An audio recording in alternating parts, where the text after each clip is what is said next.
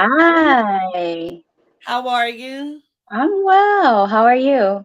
I'm doing good. I'm doing good. Today, was a day, but I'm here, so it's good. It's all good. How was your day? It was long. I actually had a bit of a travel day, and Okay. so this week will be about some R&R. Okay. So welcome to the BUTV. Tonight we are here with Stacey. She is the author of, you can tell me the title of your book. I know it's a longer Sure, title. the Princess of Picky Eating tries new foods. Yes, the princess of picky eating tries new food. And you are our third guest this week. As we celebrate Black Children's Book Week, let me just share what Black Children's Book Week is. It was founded by Veronica Chapman. It's a week to celebrate Black children and the people who make sure they are represented in their books and other media because Black children are negatively affected by racism, which can cause anxiety and fear and place an unjust and unacceptable burden on their growth and development. We must all be intentional about making sure they feel our love. This week is dedicated to this mission. When Black children see themselves represented positively in their media, it fortifies their self esteem and helps protect them from the impact of racism. So, this month we celebrated Black Children's Book Week with 28 days of Black girl books. And I highlighted your book. It was highlighted today because I was going to do your interview today. And so we just wanted to share books every day in February, highlighting Black girl books, sharing different titles that are available, different topics, different subjects. And today, yours is the first that kind of touches on like a habit, like a picky eater. How did you come up with your book? So first, can I just say it's actually perfect timing. I didn't really think of it because today is March 1st, and it is Right. the first day of National Nutrition Month, by the way. Oh, cool. Okay. Perfect Um, timing. yeah, exactly. So I came up with the idea for my book from my daughter. I have three children. It's the middle one. So when she's currently 8, when she was about 2 or 3, she stopped eating all the foods we had been eating regularly, and all she wanted to eat was beans. I mean, just black beans. That's all she wanted to eat. And I remember when I was in it, I was like, this is insane. It would be such a silly story to write a little girl about a book about a little girl that all she eats is this one particular food. And because I'm a dietitian and nutritionist, I was like, I would be able to weave in some like nutrition facts and make it Right. fun and funny. And so it's actually, and we all have mixed feelings about Dr. Seuss, but it was like, it was inspired by green eggs and ham. I was like, oh, I want to have my own melanated version of green eggs and ham. Right, right, right. And then at the end of the book, the little girl tries these foods and realizes they're actually delicious and nutritious. So show us the cover of your book. Show us the book. So, so here it Okay, is. super cute, super cute. I love the Afro puffs. So cute. You want to flip through? Sure, I will do my best because I'm kind of holding my phone. Oh, okay, okay. Mhm. Let's see here. So this is the cover page. And one of the things that I intentionally did was, one, made sure that I represented and affirmed children of color. That's really a big thing for me. And Right. so we have Afro puffs, we have head wraps, we I have love, Dr. Pickies up in here. And so we are proud of who we are. Uh, wait, I we're on the love wrong. that. We're proud of who we are, making sure that children of color feel affirmed, but also children that might not see these cultural Right. representations on a regular basis, it's normalized for them too. And this is my favorite illustration. That is, I know. I think every author has like their favorite illustration in the book. Yeah, So I you also said you're a dietitian. I am a dietitian. So do you think that had any did that play a role in deciding to write a book about like food and nutrition? Well, I know it was about your daughter who's a picky eater, and then you slid in some nutritional facts. But hmm you being a dietitian, do you think that influenced the book at all? Oh, absolutely. I don't think I would have written it if I didn't have a background in nutrition. Okay. Um, and so I distinctly remember thinking, like, if I'm a dietitian and I'm having these struggles with my kids, I can imagine what other people that don't know, like, the science behind it, and they don't know about what we call food jags, when kids just want to eat the same thing over and over again, or they don't know that it can take as many as 15 exposures with a new food before a child tries it. Like, I know all this intellectually, but Okay. as a parent, I'm struggling. And Right. so, like, if I could wrap this in, in a way that kids would enjoy it, it would be funny, and I could teach adults things, because I wanted to make sure that even adults would be able to walk away learning something new when they read the book. And that's the one thing I highlighted throughout the month, is just how books are an awesome way to start conversations. And Mm-hmm. they provide good background knowledge. They're good conversation starters. It helps to dive into topics that may be difficult to talk about. And so I don't think any parent is foreign to having a picky eater. Like, Right. everybody at one point probably experiences like the picky eater. So how does Mm-hmm. it come to, at the end of the story, you said it was like Dr. Seuss. How does she come to the end? So I gotta spoil it? No. So one of the things that I was, when I was writing the book, I was like, all right, I want to be fun, so I use a lot of alliterations, I use a lot of repeating phases, um, repeating phrases.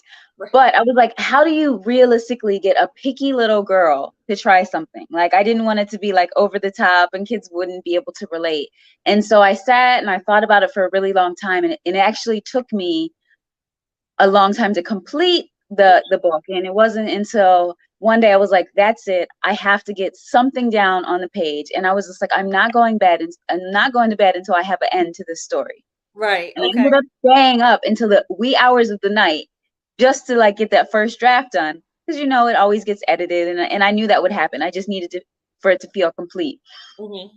And what I ended up coming up with is that the older sister challenges her to a dare. And Okay. the little girl thinks she can get away with pretending that she likes the food, Okay. in exchange for her sister having to do her chores. Okay. That's But creative. but she actually ends up liking it. Okay. So she didn't think she was gonna like it, so she agreed, thinking like, oh, I'm gonna pretend, and she's gonna lose this dare. But then she actually liked it. And I mean, that's so realistic though, because how many kids will say I'm allergic just to avoid eating something because I mean, I've done it. Like, if it looks weird, I didn't want to taste it. If it looked like it had like a weird texture, I didn't want to taste it. Like, I wouldn't say I'm a picky eater, but I think I have characteristics of a picky eater. Yeah. I mean, but when you think about it, we don't realize as adults, like, looking at children, it's really an experience. Mhm. Think of something that you might be nervous to do. It can be the same way for children. And so I always encourage parents to remember that, or caregivers, whoever's feeding the child, essentially, to remember that it's not just about the food, it's about the experience and what happens around it. And so instead of offering these large portions, Right. offering very small portions, so it's not so intimidating, and expecting the child not to necessarily want to try it that those first few times. Often caregivers make the mistake of offering it once or twice, the kid refusing, and then them never offering it again, saying that the child doesn't like it. Right. Right. So I believe you said they have to encounter the food how many times? Did you say 15? I said up to 15, yeah. 15 times? Wow. Yeah, so think about an experience you do, maybe doing this. It Right. wasn't until you did it on a regular basis, you had experience after Right. experience, and you're like, oh, I'm comfortable with it now. It can be the same thing with the food. You have to have multiple experiences with it. And then maybe you're just like, okay, I'm ready to try it. Okay. I mean, that makes sense. That makes sense. But why write about it? Was this your first book? Did you have, okay. So This was my first book. it was your first book. So were you looking for a book idea, or did you experience it and then you thought, you know what, I'm going to write about this? Like, what made you choose to put it in a book? So it was really my daughter. I will say everything that I've done in an entrepreneurial sense has been motivated by my children. So I just remember having that, like, I remember very clearly, because this is years ago now, so at least 6 years ago, thinking I would love to write a book. This would be so fun. but I had no idea how to write a book. It was one of those stretch goals that you say you're going to do that you never really Right. think you're going to do. And it wasn't until the pandemic that the stars aligned and I learned how to self-publish. Okay. And so it was a long time. Um, and so it wasn't just like, oh, I got this idea, I'm going to sit down and write it. Not at Right. all. I got the idea, and then I was just like, yeah, that would be great, but I don't How think did it's you going to get happen. into your journey as a self-published author? Like, where did you start? So I have a few children book author friends, and so I'd always like chat with them about what was happening. And once again, never really thinking that I was going to write the book. I thought it would be too expensive, or just all the things that stop you from accomplishing your goals. But it wasn't until one of those friends tagged me in a children's book masterclass by Crystal Swain Bates. Yes. Oh, okay. I think that's where. No, I was going to say I thought that's where I found your book, but no. How did we come in contact with each other? I know.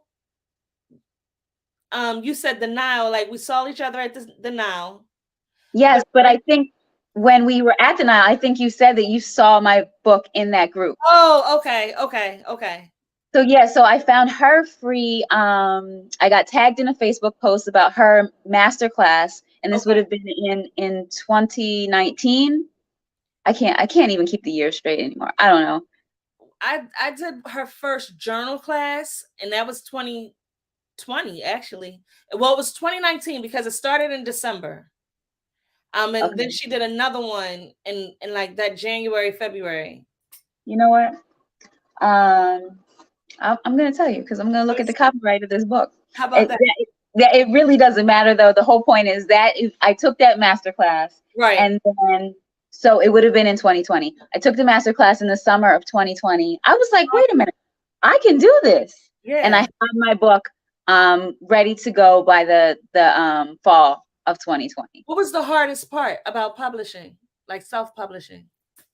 The hardest part, I feel like with her direction, I had all the things that usually get people like hung up.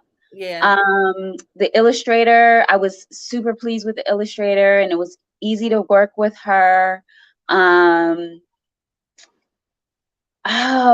I think the hardest part for me was really writing like the book descriptions and like the keywords and things like that. I'm just like, I wrote the book. I'm like, I'm done writing. Right. But then you got to tell people about the book. Right. So where did you find your illustrator? I found her online. She's actually from Ukraine. Okay. So I've never met her face to face. And I found her through the freelance website Upworks. Okay. Have you spoken to her recently by any chance? So we had a little bit of a communication because she's actually illustrating my second book in the series. And, I sent her my not condolences, but I sent her, my love and let her know if she needs anything personally to let me know. Okay. Yeah. But Crystal's group is she's very knowledgeable. Mm-hmm. I know there are a lot of authors that have come up through her, like taking her classes and learning a lot. I found Crystal, I don't know how I came across, maybe another group that I was in, but I took her journal class. Mm-hmm. And after taking that journal class, I've published like 5 journals after that. So, and then I've published like 20 that just focus on like the covers and then the inside like notebook. Wait. Oh. From her class. That's on my. Go ahead. Yeah, a journal is on my to-do list for this year. Yeah. So if you're listening and you want to publish a book and you just feel like you need somewhere to start, what is it called? 6-Figure Publishing with Crystal Swain Bates? Yep, the Facebook group. It's a free Facebook group. And have you joined her I guess what would you call it? She has a membership now. I did. Yeah, I'm in there too. Just a lot of resources. I'm addicted to learning. Oh, yeah. But what was the hardest part? Oh, okay. So you said the hardest part was writing the descriptions. That is hard. the keywords. Yeah. Like Mm-hmm. when are you on? We can find you on Amazon. You can find me on Amazon. Okay. You can also find me on my website, Stacey, Okay. Stacey, Woodson.com. In the chat. I always try to go to the author's website first. Yes, Before I absolutely. go to like Amazon, because I just know, So wait, www. Stacey, Stacey, Uh-huh. and then my last name, which is Woodson, Woodson. Mm-hmm. Oh, SON. Okay. .com. Mm-hmm. That's correct. I have that. So Yeah. that's So when you go to my website, you get an autographed copy, and you might get whatever little freebies I have floating around at the moment, which you will not get on Amazon. right. Absolutely. What did you learn about yourself throughout the publishing process? I learned that I'm good at writing like kids books. Okay. Like every now and again, I don't know if you feel the same way. Sometimes I'll do a lot of reads, and then sometimes I'll do other things because I do other things in the world of nutrition and wellness and things like that. And then I'll come back to the book and I'll reread it, and I'm like, this really is good. Yeah. I agree. I know when I did my first book, it was a picture book, and the illustrations were amazing. And so the illustrations got a huge response. And so it made me go back and write a chapter book because it Oh. focused less on the pictures and more on the story. And I just wanted to prove to myself that I could write, I'm sorry,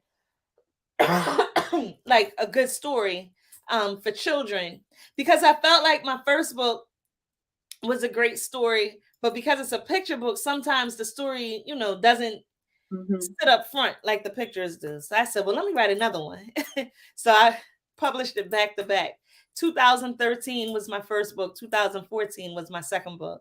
And it gets addictive. Okay. You go through the process, and once you get through the process, you realize that it's not as difficult as you thought it was.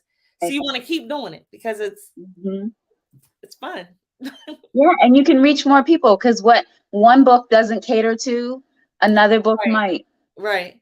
So you said you and your daughter are working on a book, right? So when I wrote this book, well, first there's actually the boy version of this as well. So when I wrote this, Crystal taught me that if you have like a kind of like a gender-based book, you can flip it. Right. So I was like, oh, so I also have the Prince of Picky Eating, Tries New Foods, and then I made the accompanying activity books.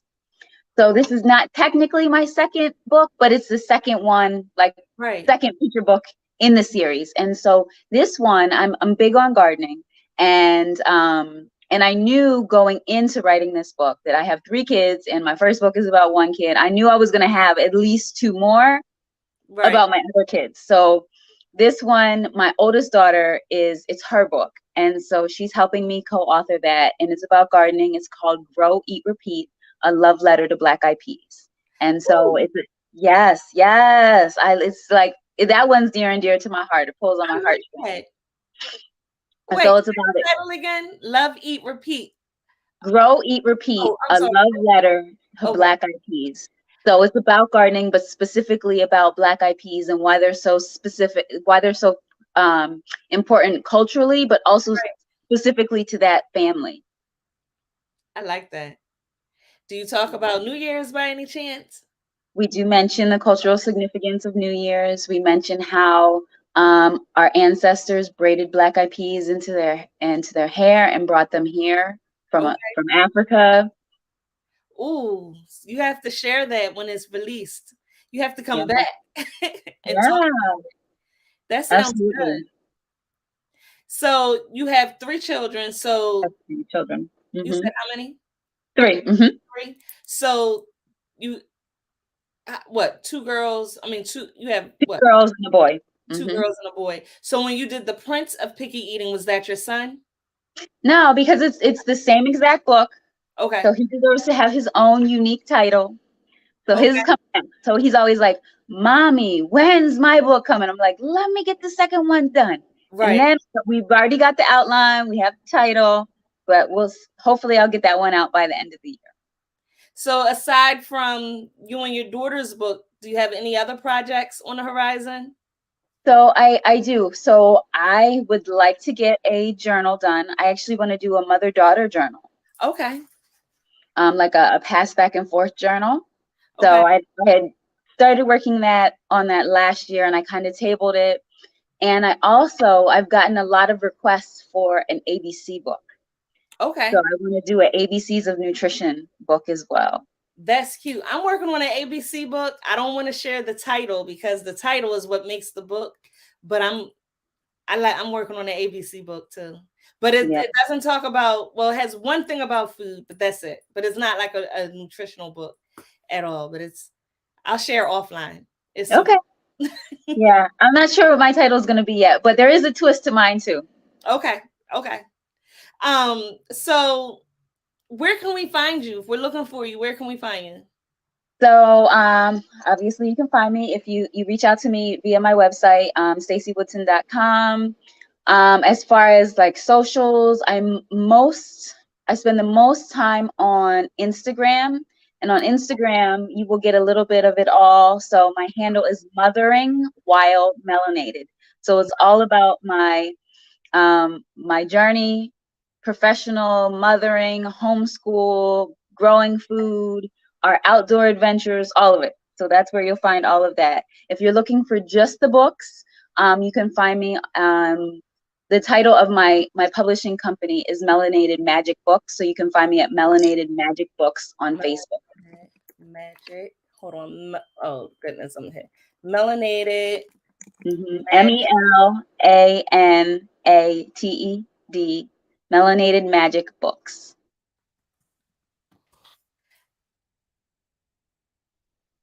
Is that right? I don't see it right now. Oh, you can't see it? I can't. Mm-mm.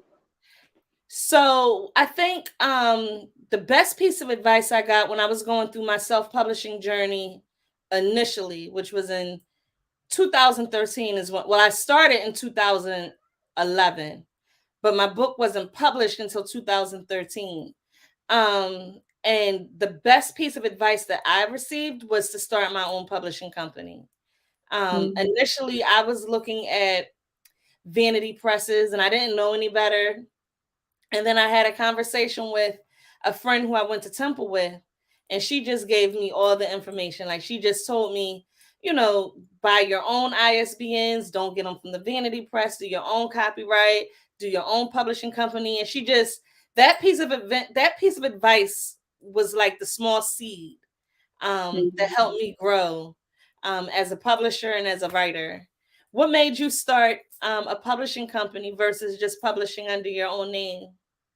I mean, going back to Crystal, because I walked right into that masterclass, and I feel like she just gave you all the stuff because I really knew nothing.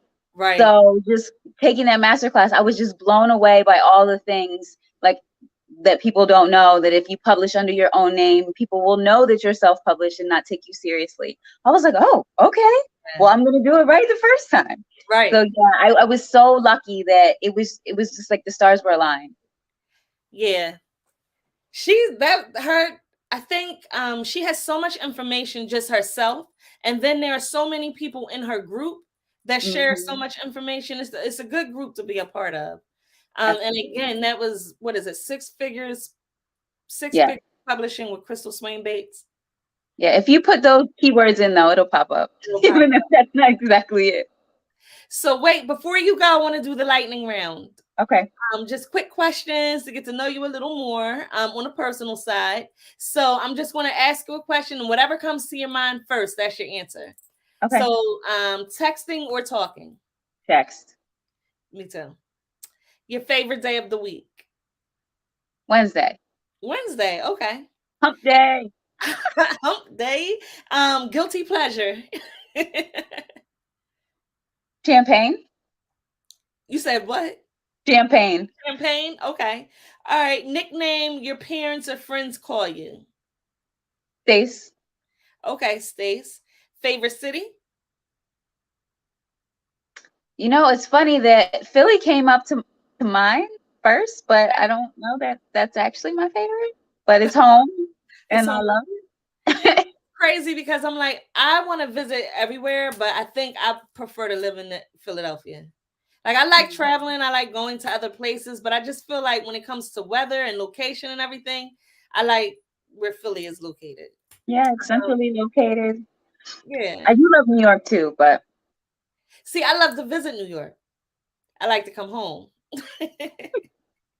And the last one, especially since we talked about picky eating, if you could have dinner with anyone, who would it be? Michelle Obama. Okay, I was going to say anybody from the past or the present or the future. So, okay, Michelle Obama. All right. What would you ask her? I would want to know, and specifically when we're talking about this, I was thinking like her starting the garden at the White House, Right, okay. and just all of the stuff that she's doing around food, really just chatting with her and seeing like how we could collaborate. I would love to do some work with her. Okay, listen, from your lips to God's ears. Listen, this is going to be live. Maybe she'll see it. I know. I keep saying, I was like, I need to get this book in Michelle Obama's hands and Tabitha Brown's hands. So if y'all are listening, you would like this book. Right. And you know what? I was wondering, how do you send something to a celebrity? I was looking for addresses. Like, what do you do? Do you find their PR? Like, do you DM them and ask them for their address? Like, what does that look like? I'm still figuring it out. Okay. So I feel like even if you get an address, they probably get so much stuff. It would take so long for them to actually go through it all. So we'll see. Well, if Maybe I I'll find out, I'll let you know. Thank If you you. find out, you let me know. Okay. It was so good talking to you, Stacey. Thank you for hopping on. Oh, absolutely. Thank you for having me. Enjoy the rest of your vacation. Get a Thanks. lot of rest. I shall. All right, guys. Thank you for tuning in. We will be back here tomorrow at 7 p.m. And tomorrow we're chatting with the author of Ava's Wash Day. So that's going to be a cool interview. Kenneth Crenshaw, thank you. He said great interview. Do you know Kenneth from the area?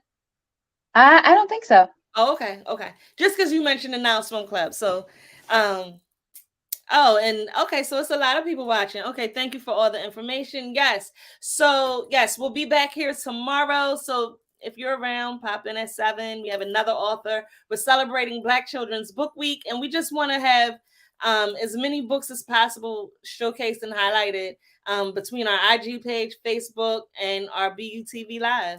So, thank you. Thank you. Guys, have a good evening, and I'm just going to end the broadcast.